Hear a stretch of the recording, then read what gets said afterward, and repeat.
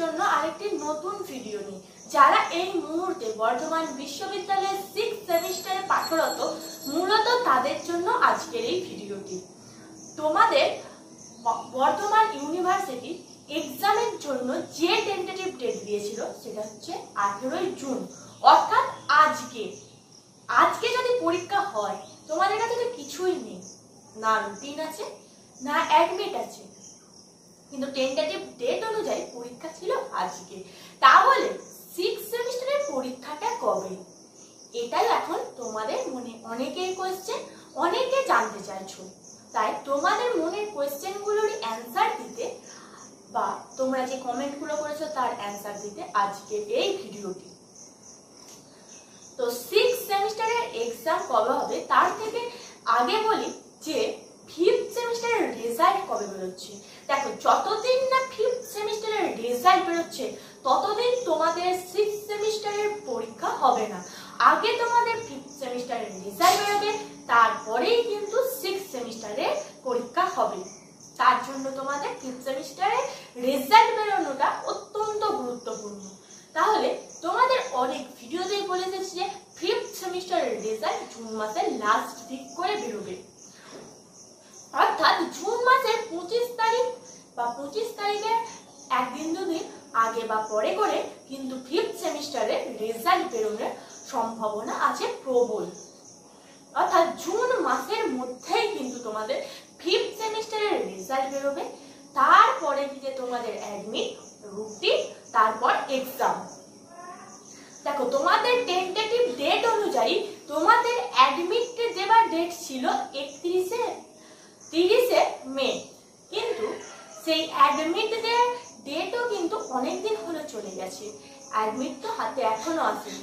এখনো অনেক স্টুডেন্ট আছে যারা আমাকে কমেন্টে জানিয়েছে যে আমরা তো ফর্ম ফিল আপ করতে পারিনি, তাহলে আমরা পরীক্ষা দেব কি করে। অর্থাৎ কোনো কারণবশত তারা ফর্ম ফিল আপে উপস্থিত হতে পারেনি, তার জন্য ফর্ম ফিল আপ করতে পারেনি। তো আমি তাদেরকে বলেছিলাম যে তোমরা সবাই কলেজকে জানাও, কলেজ ইউনিভার্সিটিতে জানাবে। তো সেই মতো দেখতে গেলে ফর্ম ফিল আপের ডেটও কিন্তু আরেকবার রিওপেন হওয়ার চান্স আছে একদিন কিংবা দুদিনের জন্য।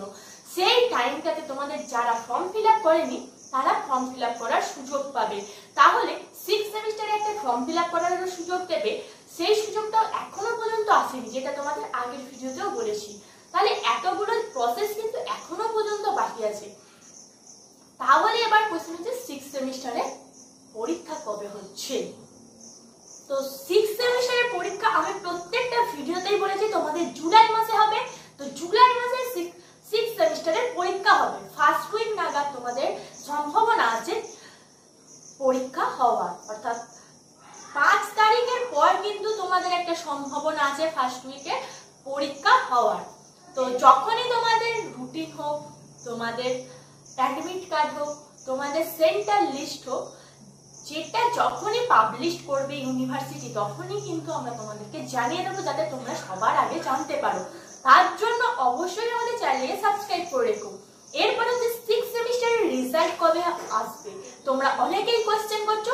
তো 6th সেমিস্টারের রেজাল্ট কিন্তু আগস্টের ফার্স্ট উইক করেই প্রকাশিত হয়ে যাবে, এবং আগস্টের ফার্স্ট উইক করে প্রকাশিত হয়ে যাওয়ার পর হাতে হয়তো খুবই কম টাইম পাবে এমএ ফর্ম ফিল আপ করার জন্য।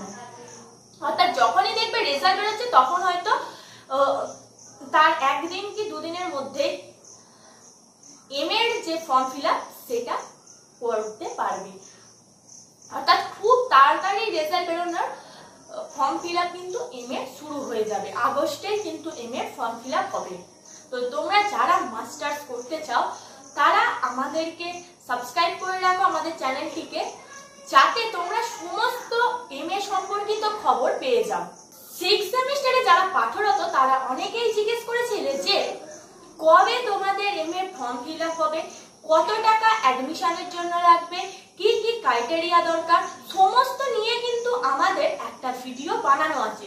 তোমরা কিন্তু ডেসক্রিপশন থেকে সেটা দেখে নিতে পারো, বা আমাদের চ্যানেলে তোমরা পেয়ে যাবে, সেখান থেকেও তোমরা দেখে নিতে পারো যে এমএ ভর্তি হওয়ার জন্য কি কি ক্রাইটেরিয়া দরকার, অ্যাডমিশন কিভাবে হবে, অ্যাডমিশন ফিস কত, সমস্ত কিন্তু আমাদের সেখানে বলা আছে এবং সিট কত আছে সেটাও বলা আছে। তো আশা করি পুরো ভিডিওটা বুঝতে পেরেছো।